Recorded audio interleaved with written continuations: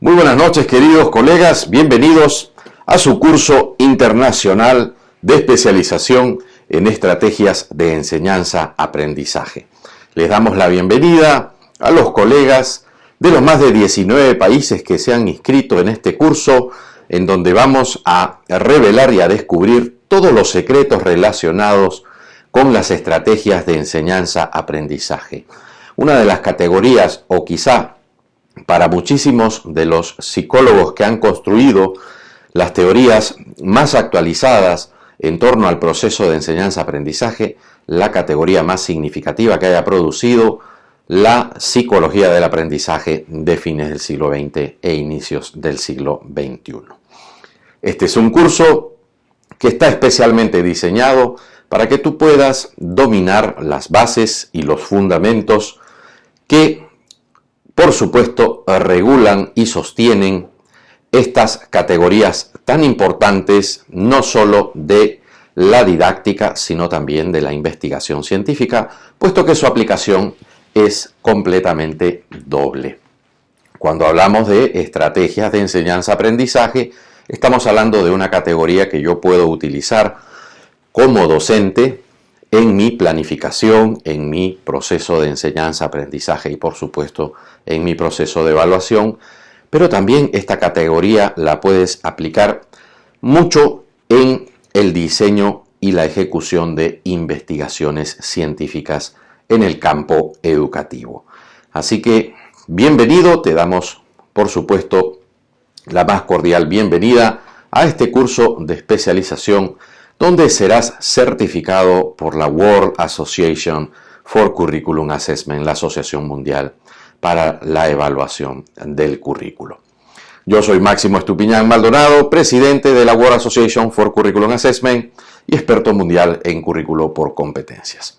Así que vamos a iniciar nuestro curso con la primera unidad que está relacionada a cómo se han originado las estrategias de enseñanza-aprendizaje. Esta es una categoría de la que muchísimos docentes, tanto a nivel de educación básica, hablan, pero también, por supuesto, es una categoría que se utiliza muchísimo en la educación superior. El gran problema es que la categoría se ha degenerado con el uso y se utiliza de una manera negligente por un lado y por otro lado de una manera bastante superficial. Cuando hablamos de una estrategia no estamos hablando de cualquier tipo de, por ejemplo, tipo de técnica. Ni tampoco cuando hablamos de una estrategia estamos hablando de un método. Las estrategias son las categorías más avanzadas de la didáctica. En síntesis, se encuentran en lo que nosotros podríamos denominar el nivel más alto de la práctica didáctica. ¿Correcto? Entonces, lo primero que vamos a realizar es entender dónde se ubican las estrategias dentro del espectro didáctico. El espectro didáctico se caracteriza por tener 3 niveles fundamentales o 4 niveles fundamentales. Vamos a ver cuáles son. Entendamos primero qué cosas son los niveles de la didáctica.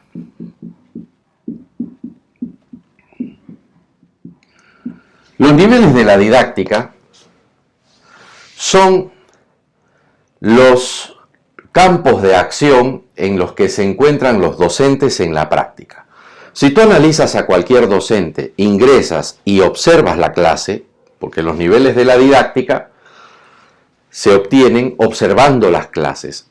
Lo primero que vas a encontrar cuando los docentes están dictando sus clases es ¿qué cosa? Que no utilizan las mismas herramientas. Hay docentes que, podríamos decirlo así, están usando ciertos tipos de herramientas muy elementales y hay otros tipos de docentes que están utilizando un tipo de herramientas mucho más avanzadas que están facilitando y produciéndoles mejores resultados. Quiere decir entonces que tenemos muchos docentes que, por ejemplo, confían y erróneamente creen que son buenos profesores porque dominan los conocimientos de su disciplina científica. Por ejemplo, podríamos tener un docente de matemática y ese docente de matemática puede pensar que equivocadamente, por el hecho de saber un poco de matemática, eso lo convierte en un docente. Los niveles de la didáctica revelan lo contrario. Para poder evaluar a un docente tendríamos que ingresar a su clase, realizar una observación de su clase por un determinado tiempo con un instrumento especializado y solo a través de la observación podríamos determinar en qué nivel de la didáctica se encuentra. El nivel más bajo de la didáctica sería este nivel en donde los docentes solo tienen conocimiento. Solo tienen conocimiento, vamos a llamarlo así, el nivel 1. Solo hay conocimiento de su área, no hay más. Tienen conocimiento de su área y eso, por supuesto, es producto de la tradición enciclopédica, de la tradición academicista, en el caso de la educación básica, y en el caso de la educación superior, es producto del estereotipo mediante el cual se piensa que cualquier profesional puede ser un profesor. Y el gran error que ha cometido la educación superior es, por un lado, pensar que cualquier profesional equivale a ser un profesor. Y por lo tanto, al haber destruido la categoría profesional que tenemos los docentes. Entonces, la carrera de educación es una profesión y requiere un entrenamiento completamente especializado de parte de las personas que van a trabajar en el sector.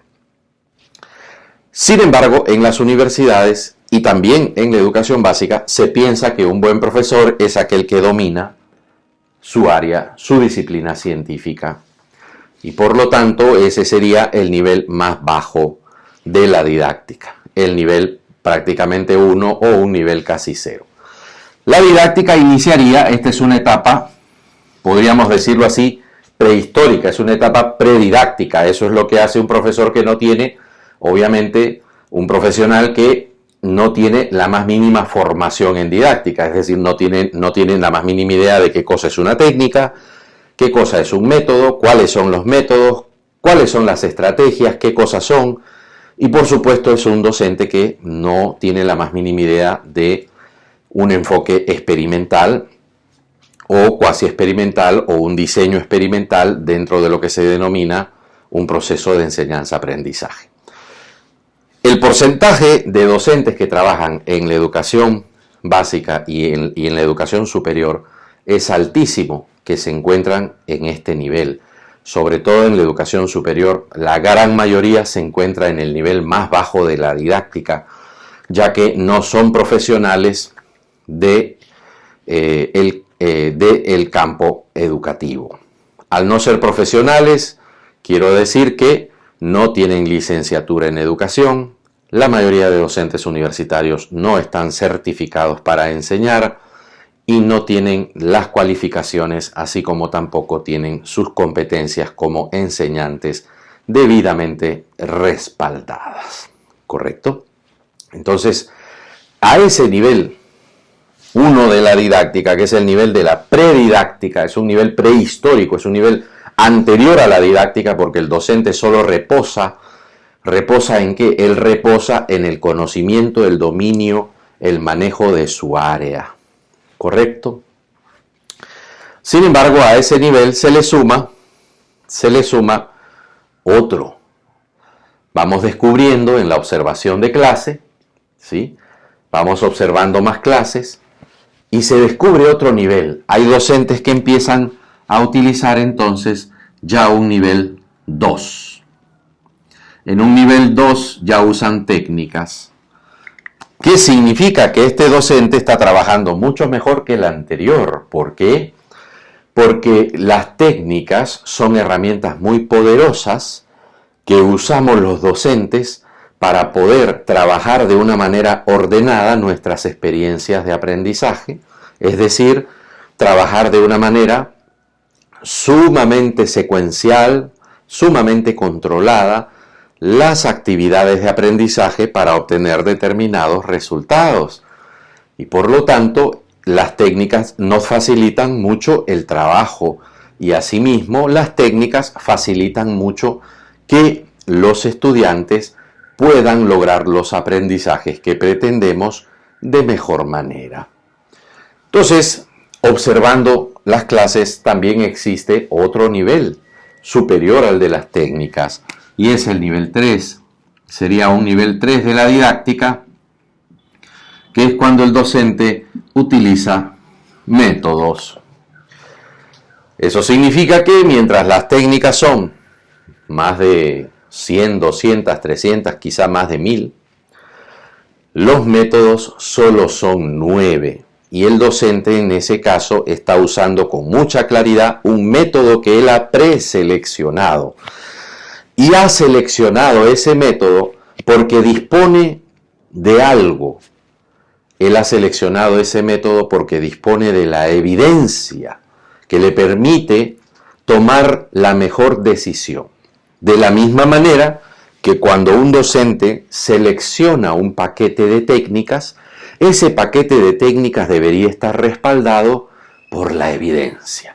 Por lo tanto, lo más interesante es que cuando hablamos de la didáctica contemporánea, necesitamos manejar una categoría denominada evidencia.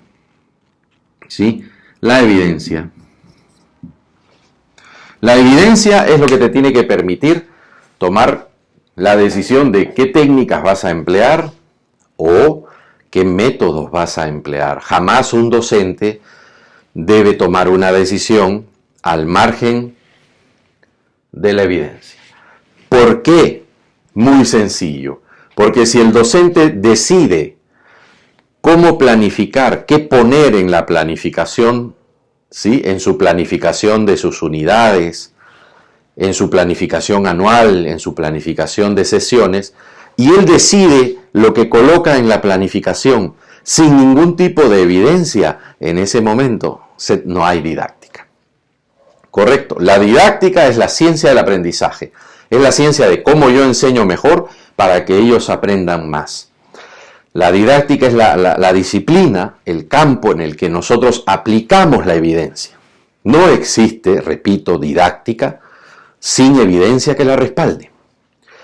Y este problema se origina desde la facultad, porque les enseñan mucho en la facultad a ser profesores para transmitir información, para transmitir conocimiento, para transmitir conceptos, hechos, datos, leyes, principios, contenido. Un docente que enseña por contenido estaría en el nivel más bajo de la didáctica, porque lo único que está haciendo es transmitir conocimiento. Muy por el contrario, el profesional, y solo el profesional de la educación, es formado manejando una evidencia rigurosa para la toma de sus decisiones de planificación. Quiere decir que él planifica con las mejores armas disponibles que la evidencia le pueda proporcionar. Por lo tanto, la planificación de un proceso de enseñanza-aprendizaje sería mucho más eficiente, mucho más estructurado, si yo selecciono mis técnicas o selecciono mis métodos a partir de la evidencia. Si los profesores utilizaran la evidencia a la hora de seleccionar su método, entonces no utilizarían el método de aprendizaje expositivo, que es el método predominante en la educación básica y en la educación superior. ¿Correcto? ¿Por qué es precisamente el método predominante? Lo curioso es que el método expositivo es el método menos efectivo del planeta y es el que más se utiliza. ¿Pero por qué se utiliza tanto este método? Es muy sencillo, porque los niveles de evidencia que se enseñan en las facultades de educación son ínfimos y se pretende confundir la didáctica con el dominio de conocimientos de la especialidad. En cuanto a los docentes universitarios, no los culpamos porque el sistema está permitiendo que cualquiera enseñe en la universidad, sin tener, vuelvo a repetir, sin tener la preparación profesional. Una maestría en administración de empresas no hace que un administrador de empresas sea un profesional calificado para enseñar en una universidad, porque no maneja ni el más mínimo de los avances que existen en la didáctica de la educación superior. Correcto, vas entendiendo la diferencia. Muy bien. Entonces, existe otro nivel más, el nivel 4, que es el nivel de las estrategias, que son muy superiores a los métodos. Un docente que usa estrategias supera a un docente que utiliza métodos. ¿Lo supera en qué sentido? Lo supera en las dosis de evidencia que utiliza, porque cuando nosotros hablamos de usar estrategias, las estrategias no son técnicas ni son métodos. Las estrategias, para introducirte un poquito a la categoría, las estrategias son acciones que realiza el docente con sus estudiantes para optimizar el aprendizaje. Pero esas acciones que realiza el docente están respaldadas por toneladas de evidencia. Quiere decir que dentro de todos estos niveles de la didáctica, el manejo de las estrategias es el que más está soportado por experimentos, evidencia empírica y data obtenida a nivel experimental. Te invitamos entonces a que desarrolles tus competencias en este nivel, el nivel 4 de la didáctica, en donde este curso específicamente se especializa en profundizar este nivel 4, el nivel 4 de la didáctica. Con este curso de especialización internacional, tú vas a poder manejar de una manera bastante operativa las mejores estrategias que existen en el planeta para aplicarlas en tu planificación, en tu ejecución curricular y en la evaluación, obteniendo excelentes resultados de aprendizaje con tus estudiantes. Entonces, el requisito número 1 para que tú utilices estrategias es que entiendas que entre la estrategia y la evidencia hay una relación indisoluble. Todas las estrategias que vamos a estudiar en este curso están respaldadas por evidencia. Por ende, en ello recae y descansa la efectividad que tienen las estrategias. Y es por eso que todo el mundo, como se ha puesto de moda, todo el mundo utiliza la categoría estrategias porque es la más avanzada de las categorías en el campo de la didáctica. ¿Existe una categoría superior a la categoría estrategias de aprendizaje? No. Hasta el momento no ha habido una categoría que supere a la categoría de estrategias de enseñanza-aprendizaje. ¿Ok? ¿Y ello por qué? La explicación es bastante sencilla. Toneladas de experimentos. Así es. Nunca antes en la humanidad, dentro del campo educativo, en los últimos 50 años, se habían realizado tantos experimentos dentro del campo de la educación, sobre todo básica.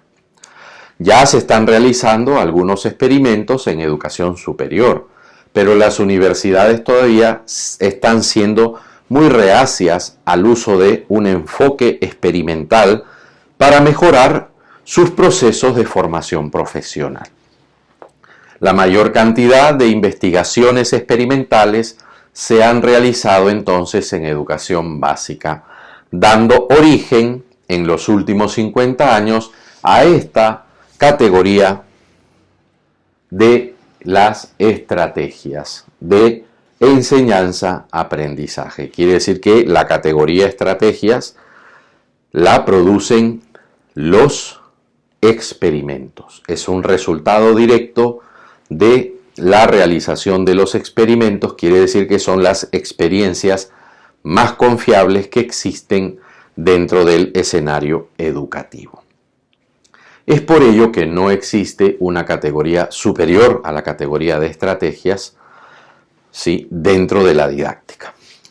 Pero hay un nivel superior, ya no a nivel de lo que nosotros denominaríamos estrategia, sino al uso de estos elementos de manera experimental. Y ese nivel 5 de la didáctica, ya cuando el docente está utilizando estos elementos de manera experimental. ¿Correcto? Esos son los 5 niveles de la didáctica y este curso te va a especializar en este nivel 4, que es el nivel más avanzado a nivel de las categorías de la didáctica. Bueno, como ustedes ya sabrán, existe una tendencia bastante difundida de utilizar la categoría estrategia, pero de una manera muy libre, ¿no?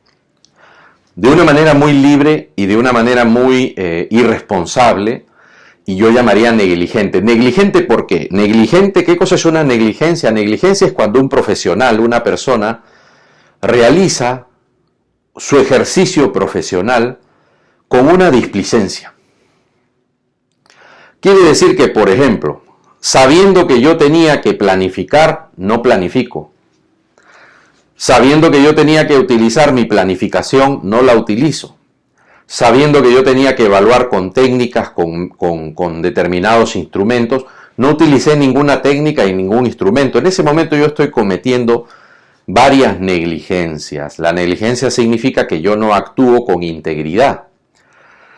Y uno de los principales problemas que tenemos en nuestro campo profesional de la educación es que hay mucha negligencia en cuanto a la formación profesional y en cuanto a lo que se denomina la preparación del propio docente. Entonces el docente se encuentra en una situación muy vulnerable porque en nuestros países que están en vías de desarrollo, principalmente el docente, tiene determinadas características antropológicas que no le permiten actualizarse con facilidad. Y hay ciertas características estructurales que también contribuyen a que no se actualice. Y por lo tanto al docente le llega demasiada información errónea, mucha información falaz, le llegan demasiados estereotipos, le llegan muchos prejuicios, incluso transformados en norma.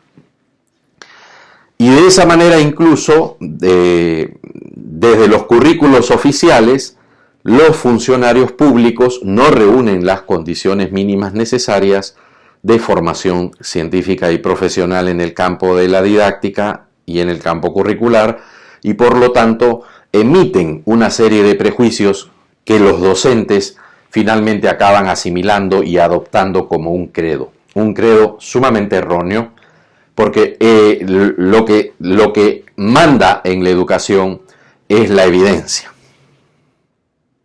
¿Correcto? Si usted dice algo en la educación y usted no lo puede probar, no lo diga. Esa es una de las ideas principales cuando yo voy a manejar estrategias. Toda estrategia está probada. Toda estrategia está demostrada en experimentos y por lo tanto, cuando hablamos de estrategias hay cero especulación. No hay especulación. Muy bien, entonces ya sabes que la didáctica tiene niveles. Y cuando nosotros vamos hacia las escuelas, vamos a los institutos, vamos a las universidades, nos encontramos que los docentes, principalmente, la gran mayoría, está aquí, en un nivel de manejo, de conocimientos, de su especialidad, de su campo profesional. Menos docentes hay, por supuesto, usando técnicas, un poco menos utilizan métodos estructuradamente, casi ningún docente utiliza estrategias, esta es una gran minoría, y prácticamente los docentes no están realizando experimentos.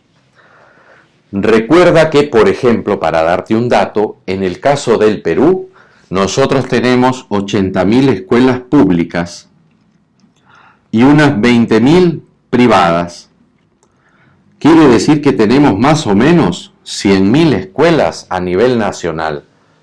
Más o menos. ¿Cuántas de estas escuelas están utilizando experimentos en sus proyectos curriculares del centro? Ahí tienes la respuesta del por qué nosotros somos países que tenemos sistemas educativos sumamente atrasados, porque la implementación de los currículos nacionales es una implementación ciega, es una implementación que no está controlada dentro de los parámetros de la ciencia. Y lo primero que yo necesito que tú entiendas es que si tú eres un profesor, tú puedes ser un científico y que no hay una manera diferente de ser un excelente profesor que utilizando las herramientas de la ciencia. Si todos los profesores en nuestros países utilizaran las herramientas de la investigación científica, entonces tendríamos docentes excelentes que desarrollarían habilidades a niveles mucho más eficaces dentro de nuestro sistema educativo y el rendimiento de los niños se dispararía. Entonces tú tienes que entender que como un profesional de la educación, tú no debes limitarte a los niveles más bajos de la didáctica. Siempre tienes que empujar a través de tu entrenamiento, aprendiendo nuevas herramientas que te permitan avanzar en los niveles de la didáctica hasta llegar a un nivel de estrategias, como aprenderás en este curso, y finalmente poder llegar a un nivel experimental o cuasi experimental. Así que has tomado la mejor decisión de este fin de año de inscribirte en este curso. Y a todos los docentes que todavía no se han inscrito, por supuesto los invitamos para que se inscriban. Todavía las inscripciones están abiertas y todas nuestras sesiones quedarán grabadas en plataforma para que tú las puedas ver las veces que tú desees, porque este curso no caduca y lo puedes volver a estudiar varias veces las oportunidades que tú desees. Entonces, ya entendimos que cuando hablamos de la didáctica, estamos hablando del desempeño, el nivel de desempeño del docente. Y el desempeño del docente puede ser fácilmente clasificado con estos niveles que se encuentran acá.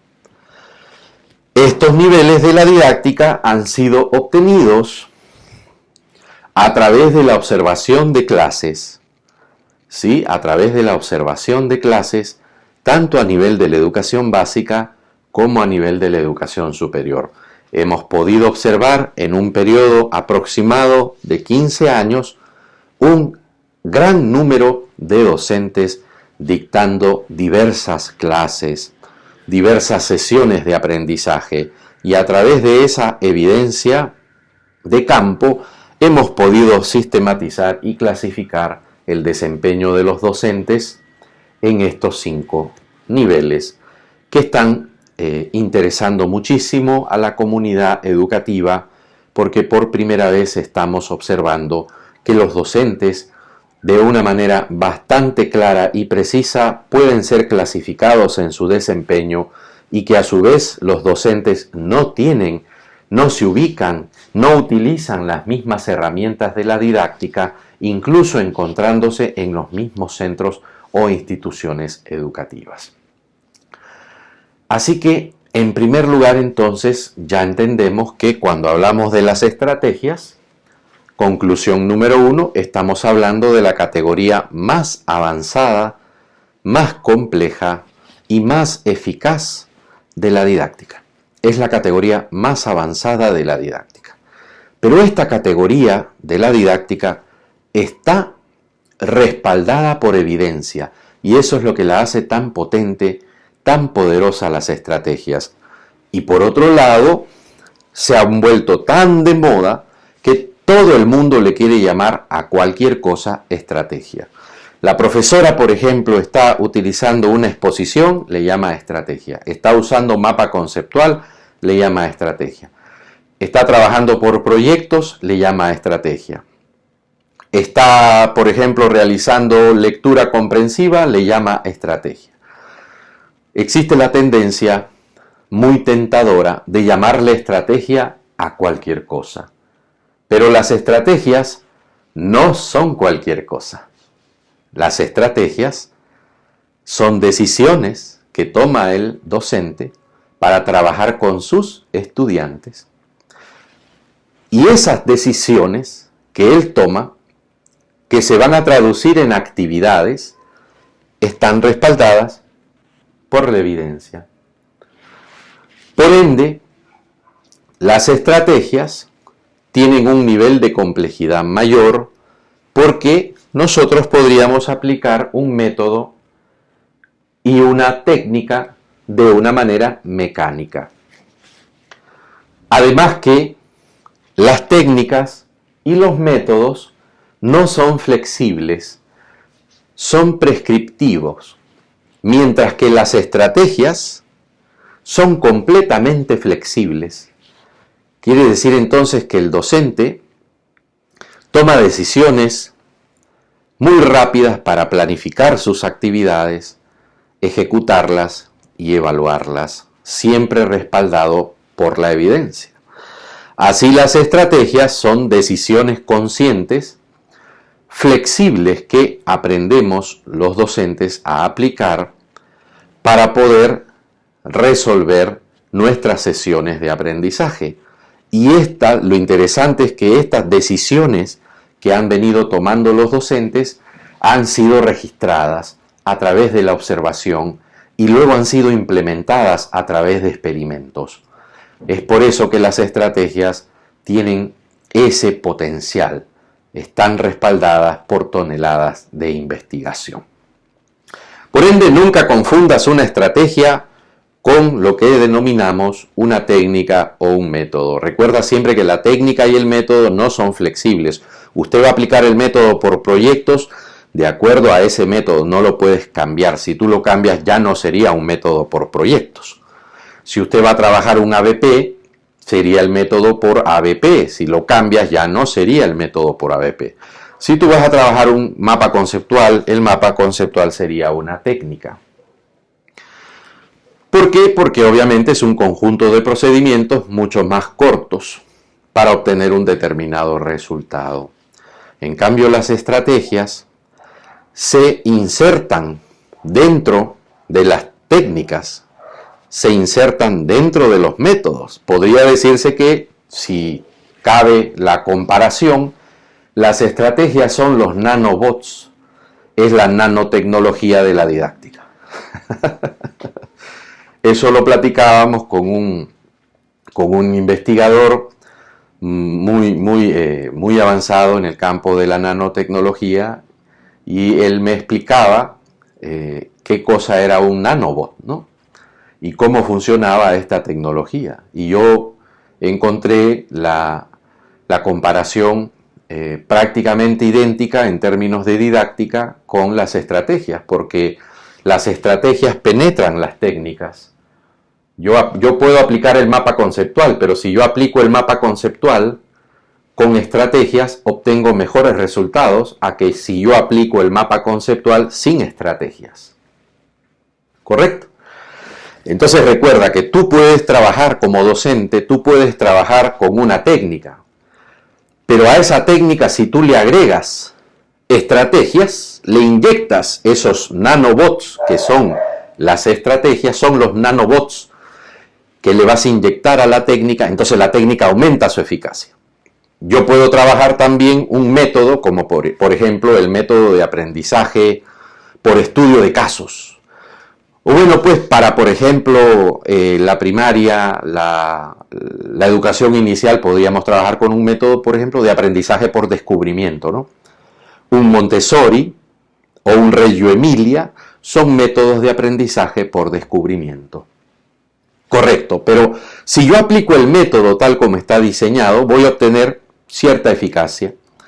Pero si yo al método le inyecto los nanobots de las estrategias, le inyecto estrategias al método, entonces voy a obtener resultados mucho más eficaces que aplicando el método solo. Esa es la gran diferencia entre las estrategias, los métodos y las técnicas. Que yo puedo ejecutar la técnica y el método solos. Pero muy por el contrario, si yo trabajo con estrategias, voy a inyectarle al método y le voy a inyectar a las técnicas las estrategias, transformando los métodos y las técnicas en herramientas más eficaces. Es por eso que las estrategias son las herramientas más avanzadas de la educación, porque son tan potentes que cuando las aplicamos sobre las técnicas y sobre los métodos en nuestras sesiones de enseñanza-aprendizaje, obtenemos resultados mucho más eficientes. ¿Correcto? Muy bien, excelente. Entonces, hasta ahí ya entendiste, ya entendimos que en la didáctica hay niveles y que el nivel más avanzado son las estrategias y que las estrategias se basan en toneladas de evidencia y esa evidencia nos ha permitido descubrir que cuando aplicas las estrategias se aplican en los métodos y se aplican en las técnicas para convertirlas en herramientas más eficaces, más poderosas, más efectivas.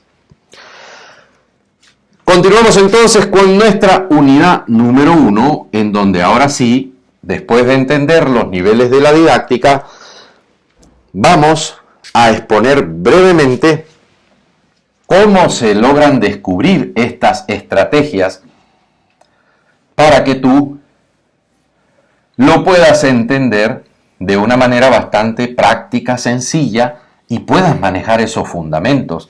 Y ¿por qué no? Tú seas el próximo docente en enseñarnos una nueva estrategia a partir de los descubrimientos que tú realices en tu institución educativa. Recuerda que uno de los más grandes errores de la formación y del ejercicio de nuestra profesión es que a los docentes no les permiten realizar experimentos. Y esto es un problema muy grave porque uno de los mecanismos principales, uno de los indicadores principales a través de los cuales debería evaluarse a los directores, subdirectores y a los funcionarios de las unidades de administración educativa locales y regionales y departamentales sería el número de experimentos que están realizando las escuelas.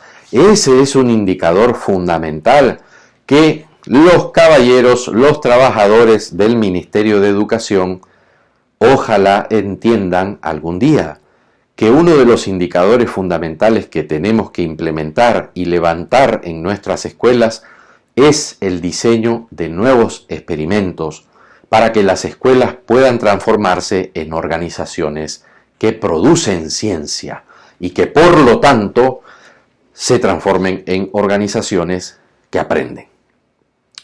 Vamos entonces a ver esta fascinante etapa de nuestro curso donde vamos a aprender por primera vez en Hispanoamérica cómo se logran descubrir las estrategias de enseñanza-aprendizaje.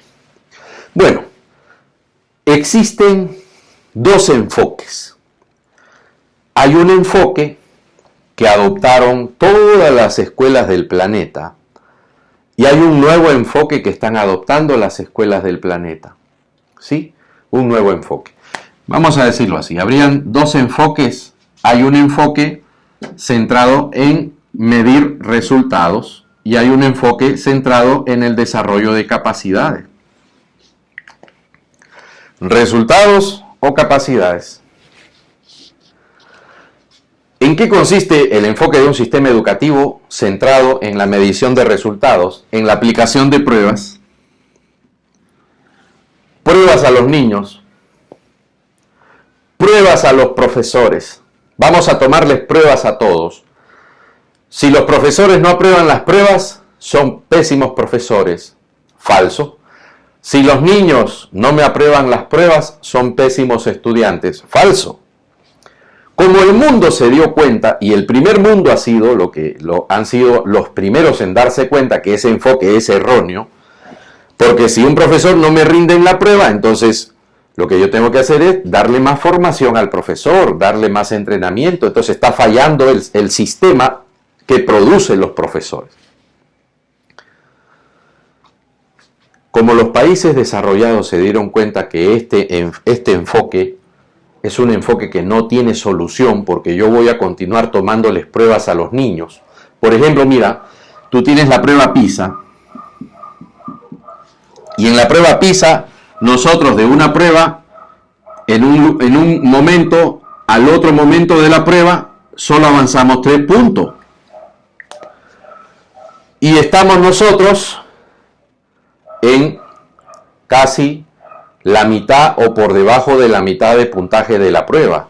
Quiere decir que si nosotros cada prueba mejoramos 3 puntos con nuestros estudiantes, para alcanzar a Singapur necesitamos 60 años. ¿Qué te parece? Entonces, esa tendencia ya la descubrieron los países desarrollados. Ya se dieron cuenta que si seguimos tomando pruebas, las pruebas son un indicador, pero no resuelven el problema porque solo toman la fotografía a una situación.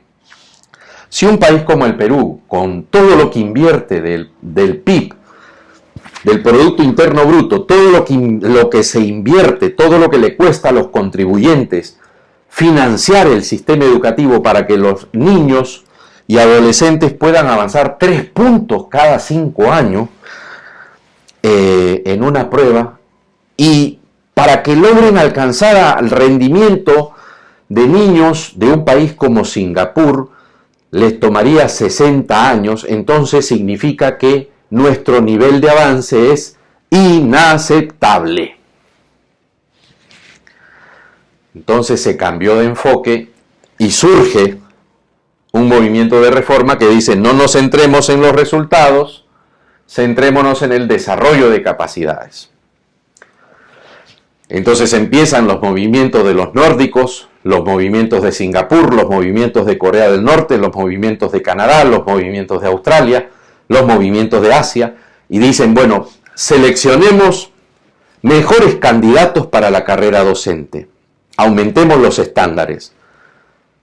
Segundo, démosle a la carrera docente la mejor formación, las mejores condiciones. Por ejemplo, hay un país nórdico en donde se le paga al estudiante por estudiar educación.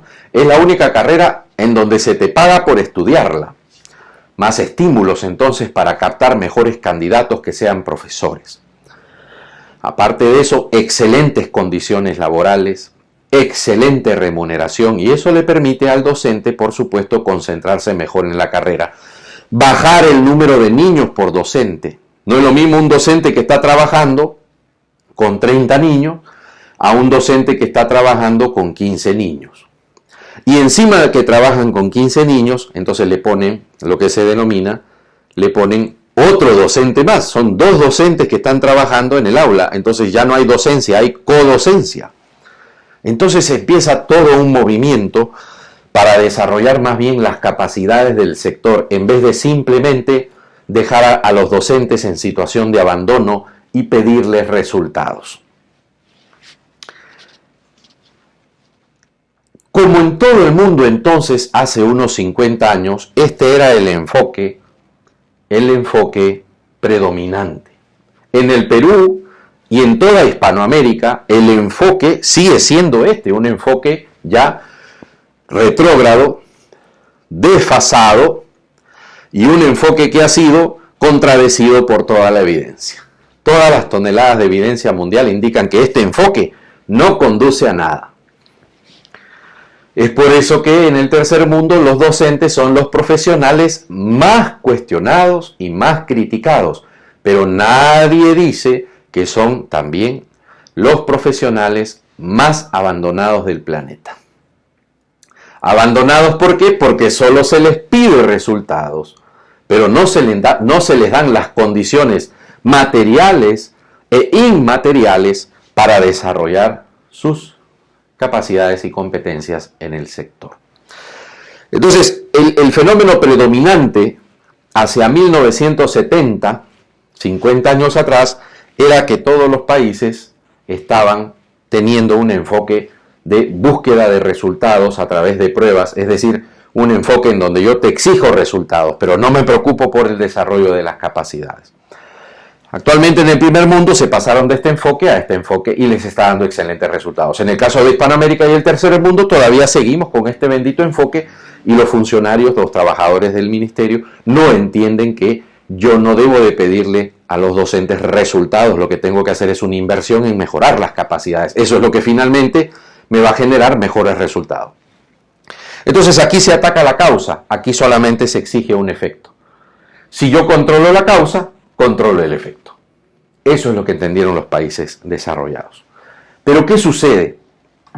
Lo que sucede es que hace 50 años, cuando este enfoque era el predominante, se aplicaban pruebas prácticamente en todos los países desarrollados.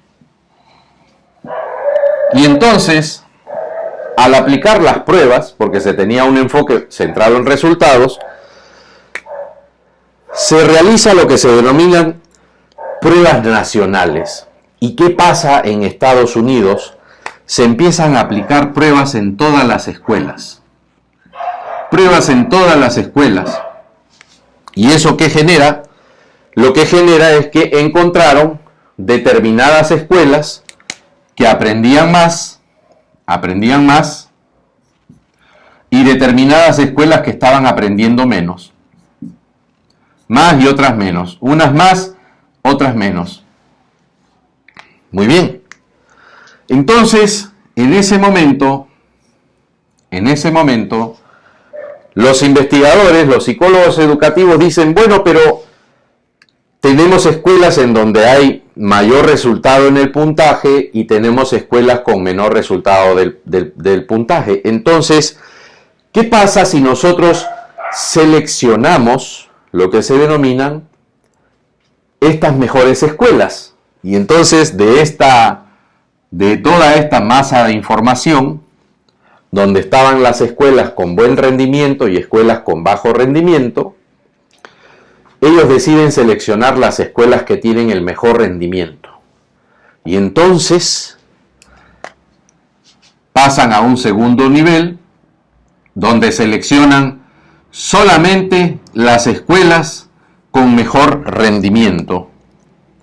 Y dentro de estas escuelas con mejor rendimiento se les ocurre una idea genial.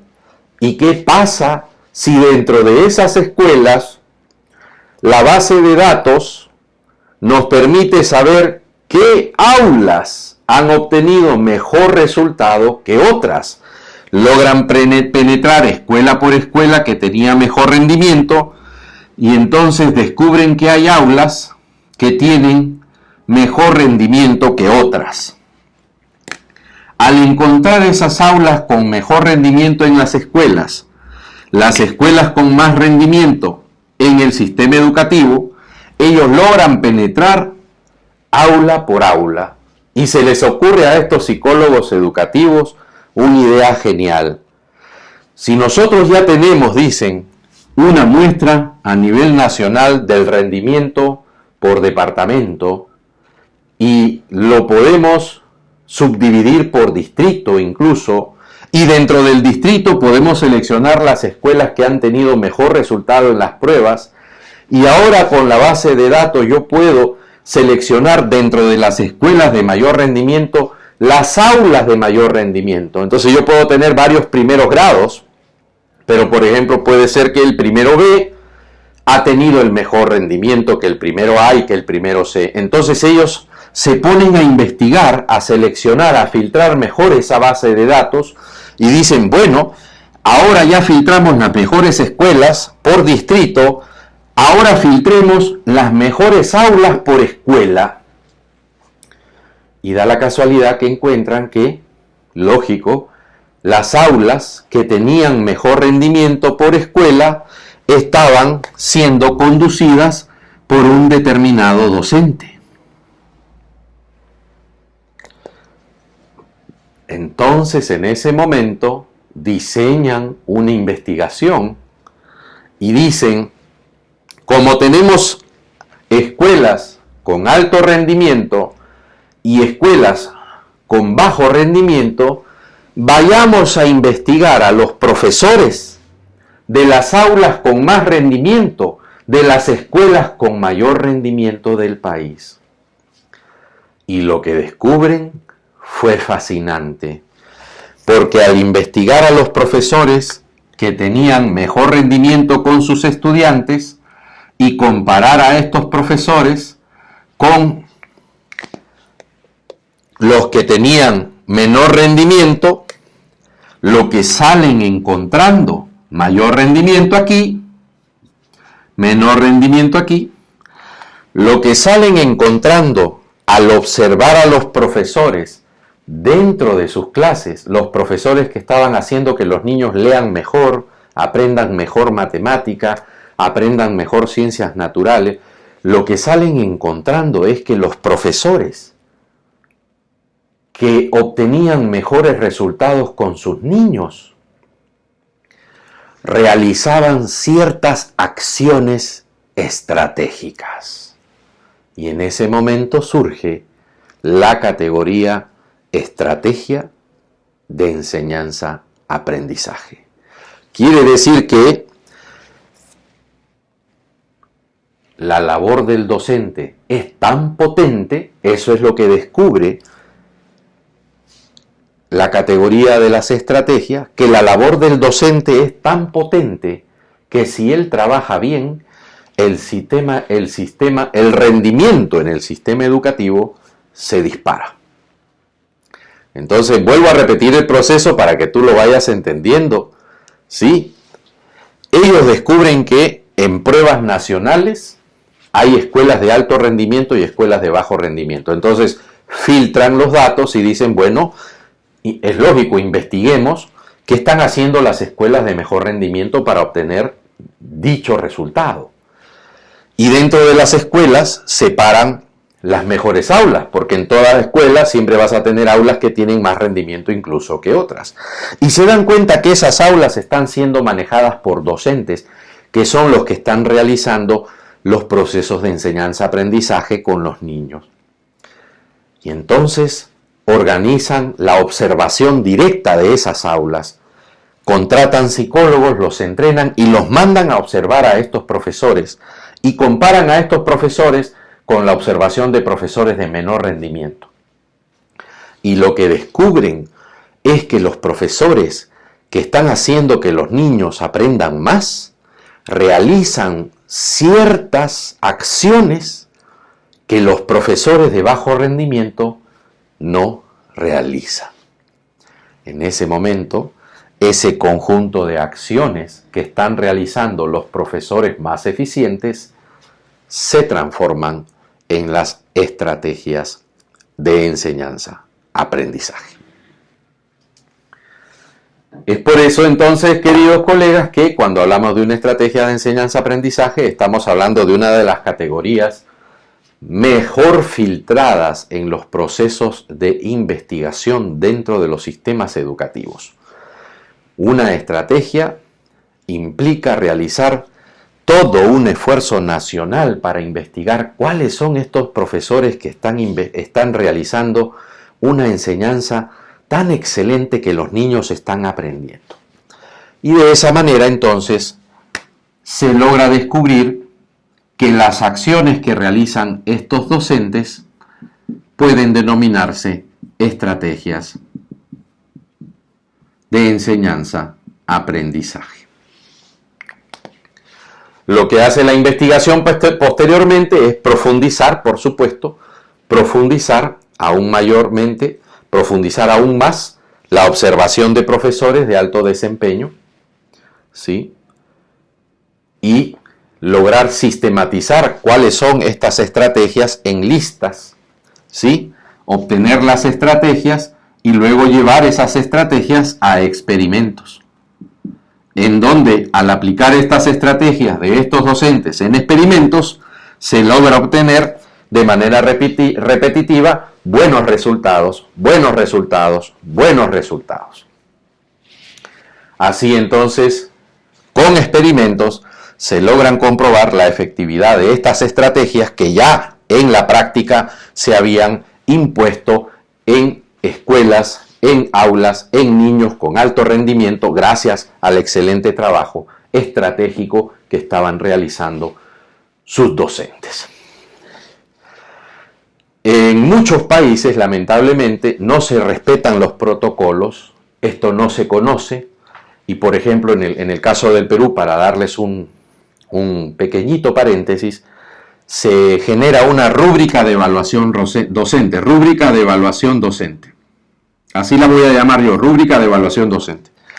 Pero en vez de utilizar las estrategias que están mundialmente reconocidas para decirle al docente, tú vas a trabajar haciendo A, B y C, funcionarios del Minedu, sin ningún tipo de entrenamiento y sin ningún tipo de formación científica, sin ningún tipo de expertise de investigación, le propusieron al país unas pseudo rúbricas de evaluación docente que no tienen base experimental.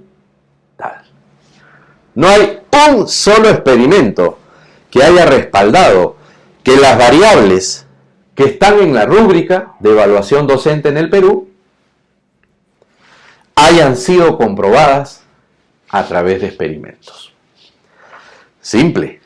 El que sabe de investigación, sabe. ¿Qué se hubiera hecho en el Perú? Muy sencillo.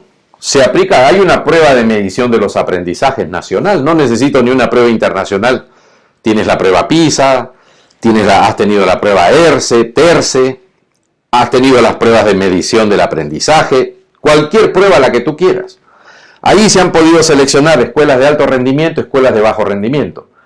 Seleccionamos las escuelas de alto rendimiento y dentro de las escuelas de alto rendimiento, las aulas de mayor rendimiento. Y dentro de las aulas de mayor rendimiento, lo que tenían que hacer esos funcionarios del ministerio era ponerse a observar qué hacen los docentes de aulas de alto rendimiento en esas pruebas, para luego sistematizar estas estrategias y organizar experimentos para que de manera descentralizada, por lo menos a nivel de una muestra representativa, en escuelas urbanas y en escuelas rurales, se pudieran trabajar los experimentos para confirmar estas estrategias y una vez que estaban confirmadas estas estrategias, experimentalmente elevarlas a una norma nacional.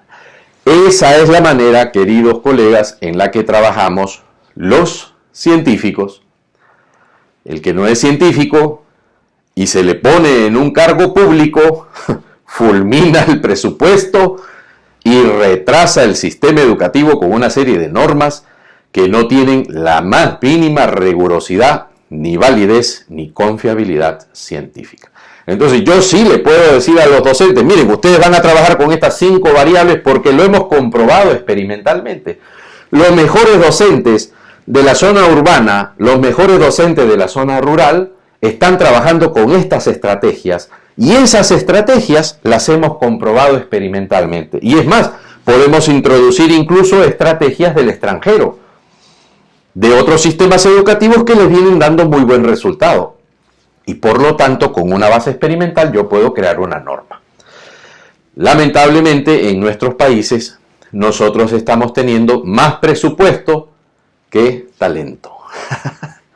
¿Ya? Más presupuesto que talento. Porque ya, por ejemplo, en un país como en el Perú, el problema de la educación ya no es un problema de presupuesto.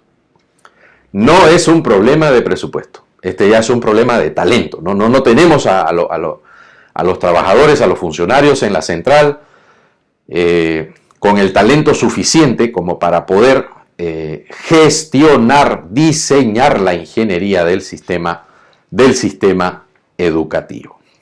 ¿Correcto? De esa manera surgen entonces las estrategias, se descubren las estrategias de enseñanza-aprendizaje.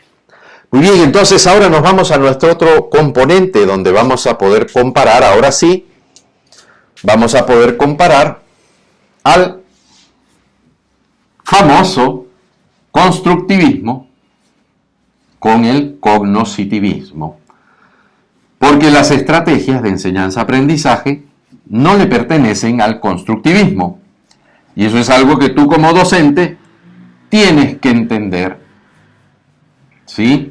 Tienes que entender que no todo es constructivismo. La teoría más avanzada que el constructivismo se llama cognoscitivismo. Y ahora te lo vamos a explicar un poquito mejor. Antes, entonces, de 1970, las teorías que dominaban en cuanto a teorías del aprendizaje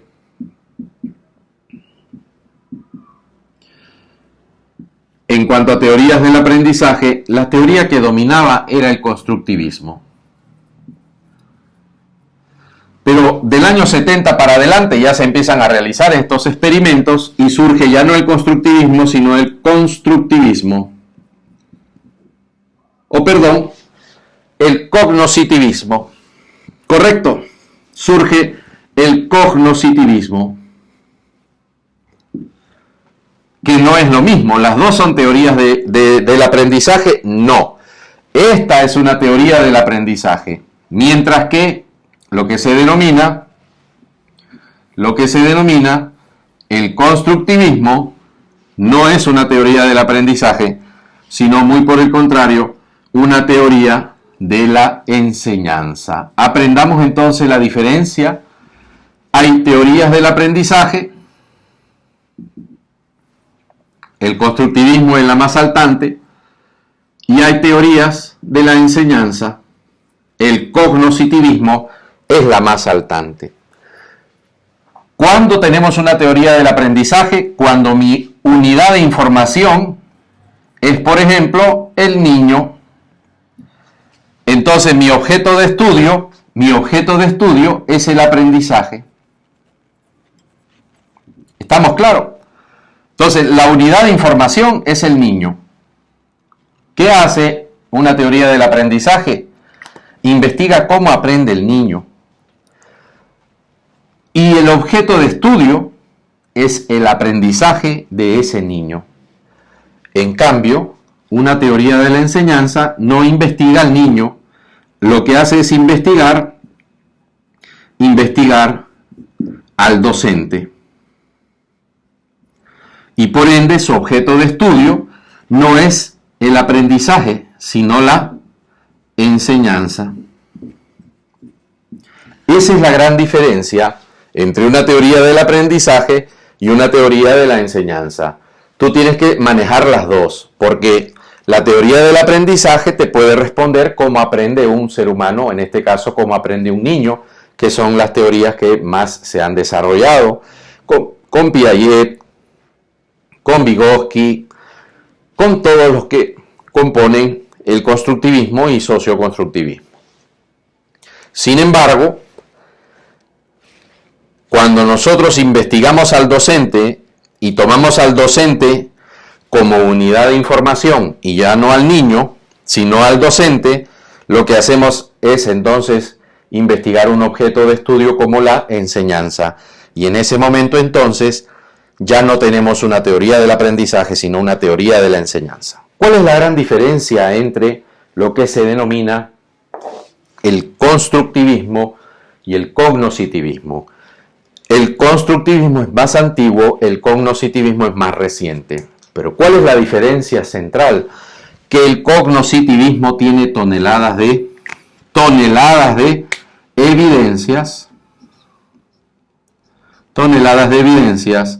y toneladas de experimentos. Recuerda bien que en el caso del constructivismo hay un déficit de evidencias y hay una deficiencia de experimentos controlados científicamente regulados. Esa es la gran diferencia.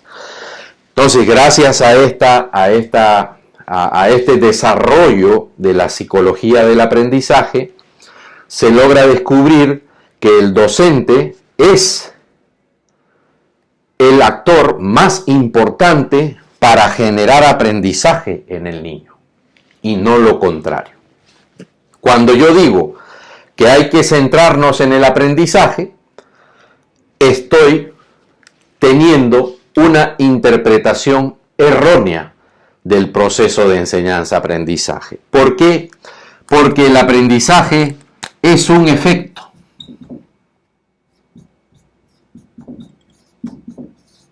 Mientras que la enseñanza es la causa.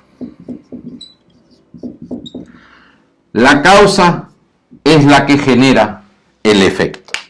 Por eso no es recomendable hablar de proceso de aprendizaje. Hablamos de un proceso de enseñanza-aprendizaje. Yo no puedo mejorar el aprendizaje si primero no mejoro la enseñanza. Eso es lo que confirman los experimentos y la evidencia del cognoscitivismo. Teoría de la enseñanza que comprueba que la enseñanza actúa a manera de causa, generando un efecto que es el aprendizaje en los estudiantes. Por lo tanto, existe, sí, todavía una gran tendencia a basarnos a partir de ciertos principios constructivistas para entender el proceso de enseñanza-aprendizaje. Tanto así que en la actualidad erróneamente se está demonizando la enseñanza y se les dice a los docentes, y se aprovecha de su humildad, y se les dice a los docentes falacias como por ejemplo, hay que centrarnos en el aprendizaje. Es imposible centrarse en el aprendizaje si primero usted no controla la causa del aprendizaje. La causa del aprendizaje es la enseñanza. ¿Correcto? Ahí tienes entonces una gran diferencia. Barak Rosensheim, que es uno de los expertos que nosotros vamos a analizar en una de nuestras unidades, Barak Rosensheim, por ejemplo, considera el constructivismo como una teoría romántica, ¿no? Que pretende que el niño hace representaciones solo y que el niño está aprendiendo solo. Barak Rosensheim considera que ese tipo de teoría, ese tipo de aproximación, ese tipo de paradigma de entender al niño como un aprendiz independiente no está respaldada por la evidencia y que muy por el contrario se ha detectado que cuando los docentes utilizan las técnicas adecuadas, los métodos adecuados y las estrategias apropiadas y más eficientes, logran potenciar el aprendizaje de los estudiantes y por lo tanto la variable más importante es la estrategia que usa el docente para potenciar el aprendizaje de los niños. De esa manera el cognoscitivismo entra en antagonismo con el constructivismo y gracias a sus toneladas de evidencia y de experimentos logra superar la postura constructivista, que es una postura romántica que le atribuye al niño ciertas propiedades y ciertas características que no tiene por sí solo, porque es el docente con su trabajo el que genera el aprendizaje del niño. Muy bien, ahí tienes entonces algunas de las principales diferencias que existen entre una teoría de la enseñanza y una teoría del aprendizaje. En el caso de las estrategias, pertenecen al cognoscitivismo. Recuerda bien, querido colega, que en el constructivismo no hay estrategias. ¿Por qué? Porque el constructivismo no se basa en experimentos, no se basa en evidencias obtenidas experimentalmente con la intensidad que el cognoscitivismo sí posee. Entonces, es el cognoscitivismo el que nos permite entender que si nosotros establecemos una relación de causa y efecto, entonces la enseñanza sería la causa y el aprendizaje el efecto. Eso es lo que confirma el cognoscitivismo y lo confirma a través de experimentos. Aquí no hay especulación alguna. ¿Por qué? Porque logran demostrar que, por ejemplo, los docentes que establecen metas claras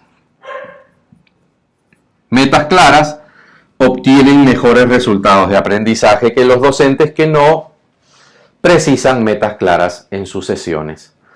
Los docentes que trabajan con pasos claros obtienen mejores resultados que los docentes que no trabajan con pasos claros. Los docentes que trabajan un aprendizaje activo, obtienen mejor resultado que los docentes que trabajan con un aprendizaje pasivo. Los docentes que evalúan permanentemente,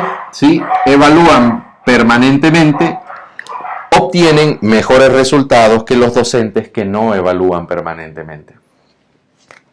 Los docentes que retroalimentan de manera oportuna obtienen mejores resultados que los docentes que no retroalimentan oportunamente a sus estudiantes. Todo esto se comprueba gracias a experimentos y por lo tanto se reduce la especulación a cero. Esa es la gran ventaja del cognoscitivismo, mediante el cual y gracias al cual, gracias a la teoría cognoscitivista, se logra, por supuesto, entender 3 o 4 cosas. Gracias al cognoscitivismo se logra entender que la enseñanza actúa a manera de causa. 1. 2. Se logra entender que lo que hace el docente influye en el aprendizaje. Influye considerablemente en el aprendizaje. Y 3. Se logra confirmar esto a través de observaciones de docentes, experimentos con docentes, y de esa manera se obtiene la evidencia suficiente para poder desarrollar esta teoría.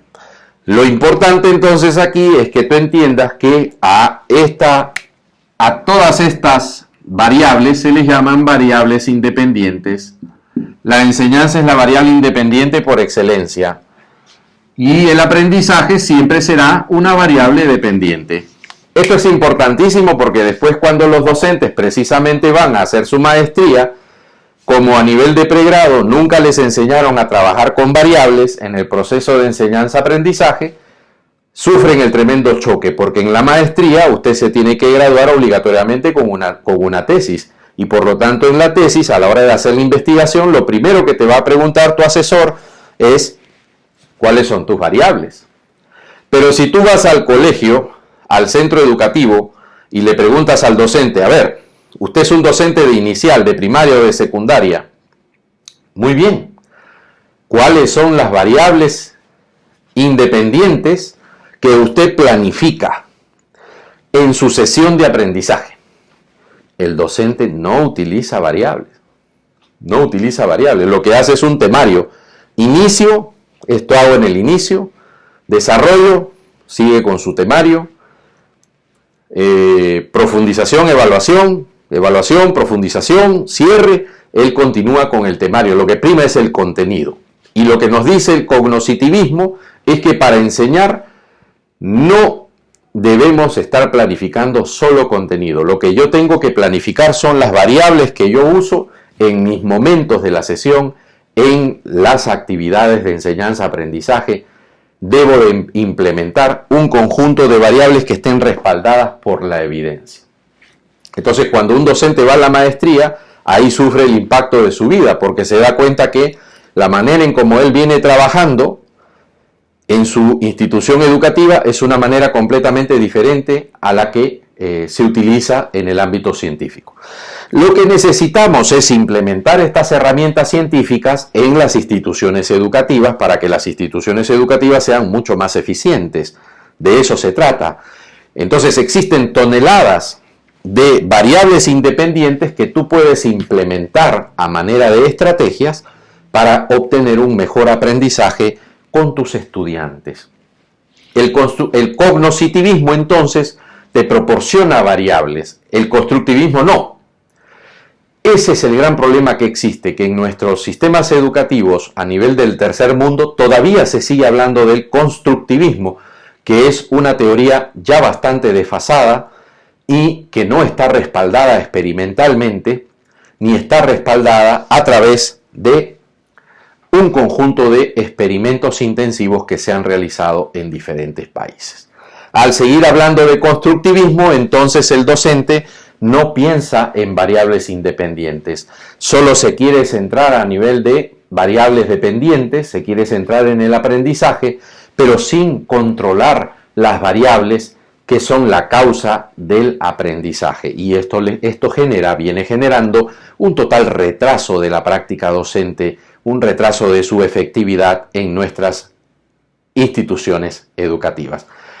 Lo que nosotros les recomendamos es que usted deje de ser constructivista y se pase ya al campo de la ciencia, de la educación, y por ende utilice las herramientas del cognoscitivismo. La principal herramienta del cognoscitivismo son las estrategias.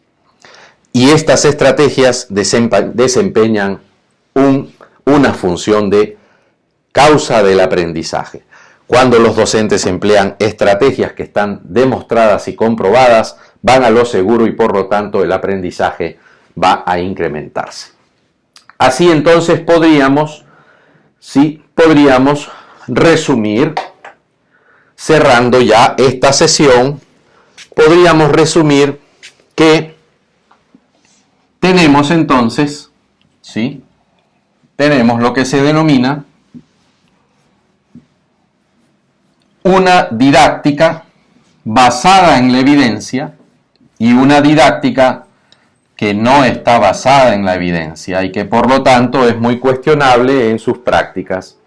Podríamos decir que los enfoques en educación se están centrando en dos grandes corrientes. Un enfoque de educación sin evidencia y un enfoque educativo centrado en evidencias.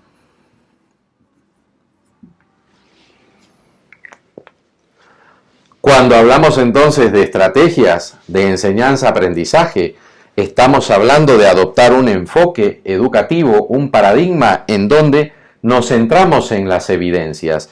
Y estas evidencias experimentales son las que nos permiten detectar cuáles son las mejores estrategias para generar un incremento en el aprendizaje.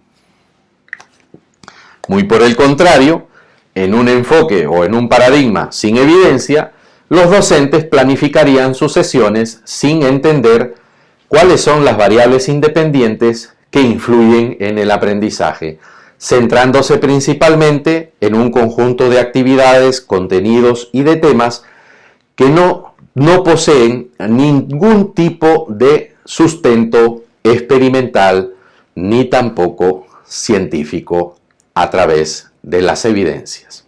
Así que, querido docente, de esta manera estamos concluyendo nuestra primera sesión de este curso internacional de especialización en estrategias de enseñanza-aprendizaje. Así que si te ha interesado tu primera sesión, imagínate todo lo que vas a aprender en las 4 sesiones restantes. Este curso tiene 5 sesiones magistrales para que tú te des el gusto y puedas aprender todas las herramientas de las estrategias con todo el detalle que se merece un profesional de la educación en el siglo XXI. Si ya te inscribiste, te felicito. Has tomado la mejor decisión al adoptar este curso de estrategias de enseñanza-aprendizaje, porque aquí te enseñamos lo que ninguna facultad y ningún sistema educativo te enseña en tu país de origen. Por supuesto, recuerda, querido docente, que si tú todavía no te has inscrito, este curso se encuentra actualmente en campaña y por lo tanto las inscripciones todavía están abiertas y estás a tiempo de inscribirte. Pide la información en los comentarios para enviarte inmediatamente el método para que puedas inscribirte. Recuerda, docente, que si tú estás sintonizando este curso, avísale inmediatamente a tus demás colegas porque la transmisión del curso es gratuita. Nosotros tenemos un enfoque de Open Learning. Nuestro enfoque es desarrollar las capacidades de los docentes al máximo de manera abierta y masiva. Así que si tú todavía no te puedes inscribir por algún motivo, recuerda que puedes sintonizar este curso y eres bienvenido. Puedes sintonizarlo gratuitamente, sin ningún inconveniente, estos 5 días que estaremos al aire, Dios primero, a las 9 de la noche, desde hoy hasta el día viernes. Posteriormente, las sesiones quedarán grabadas y pasarán a la plataforma virtual con las actividades de aprendizaje y el material complementario de lujo que hemos seleccionado para ti. Así que, colega, recuerda ser solidario con tus demás compañeros. Avísales que este curso se va a transmitir toda esta semana de manera gratuita. Transmisión abierta para todos ustedes hasta el día viernes. No se pueden perder estas 5 sesiones de aprendizaje sobre las estrategias de enseñanza. Y si finalmente tú todavía no te has inscrito en el curso, aprovecha la oferta por campaña e inscríbete para que puedas disfrutar al inscribirte de la plataforma virtual y, por supuesto, obtener tu certificación como un docente cualificado en el campo de las estrategias. Nuestra certificación es por 150 horas y es la más exclusiva de toda la región hispanoamericana. Somos los únicos que en este momento estamos enseñando y tenemos el curso más completo de estrategias de enseñanza-aprendizaje para ti. Este curso ha sido diseñado a través de un largo proceso mediante un diseño curricular por competencias que te va a permitir desarrollar tu desempeño profesional para aplicar estas herramientas con todos los fundamentos teóricos y prácticos. Así que recuerda, querido colega, que tú puedes sintonizar, avísale a tus demás colegas para que sintonicen esta transmisión gratuita toda la semana y te puedas sintonizar el curso completamente gratis. Y, por supuesto, todavía tienen la oportunidad de inscribirse. Déjenos su correo electrónico para enviarle la información. Usted realiza simplemente el depósito en la cuenta bancaria y nos envía el voucher al WhatsApp o por Facebook para proceder a su inscripción. Recuerda que las inscripciones todavía están abiertas y este curso, después de la semana de transmisión, pasará a plataforma en donde también puedes continuar inscribiéndote, sin importar el país en el que te encuentras, porque el curso pasará a plataforma y no tiene, por supuesto, caducidad. Tendrá las inscripciones abiertas todo el año para que puedas estudiarlo desde la comodidad de tus hogares. Yo soy Máximo Estupiñán Maldonado, experto internacional en currículo por competencias, y te espero, Dios primero, el día de mañana para continuar con tu unidad número 2 de este curso internacional de estrategias de enseñanza-aprendizaje. Inscríbete y no te quedes fuera del curso, que tiene un precio de locura, un precio de oferta por campaña.